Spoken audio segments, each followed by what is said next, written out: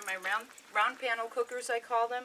They're very easy to make. You can use baskets, you can use pots, you can use bowls, even plastic party tubs, all kinds of things, as long as it has a bowl shape or a tapering shape and will hold aluminum foil. I don't even glue in the foil, I just press it in really good with a cloth, add some metal tape over the seams. So if I need to replace my foil or if I want to use a basket for something else, I can just pull that out. It's not all messed up with glue. The back reflector is a simple sheet of poster board, just like children use for school projects, covered with aluminum foil. If you have it, fold the foil around the edges and glue it, then metal tape to reinforce the edges. Makes a nice strong piece. Even though it's paperboard, it will last for many years if you don't leave it out in the rain.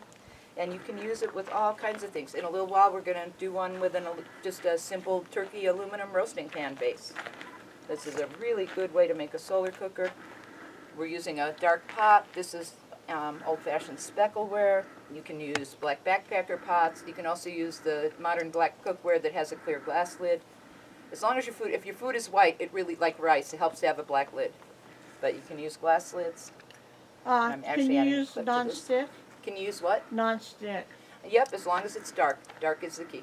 And if your food is covering the interior or you have a black lid, it doesn't matter what the interior color is. If you want to cook with a glass lid, it does help if the interior is black too.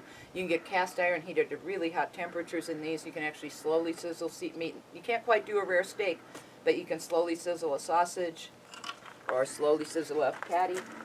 I got a lot of cast iron. And then if we had this pot in here with no cover, it would get very, very hot, but not quite hot enough to cook because the heat is just escaping the whole time.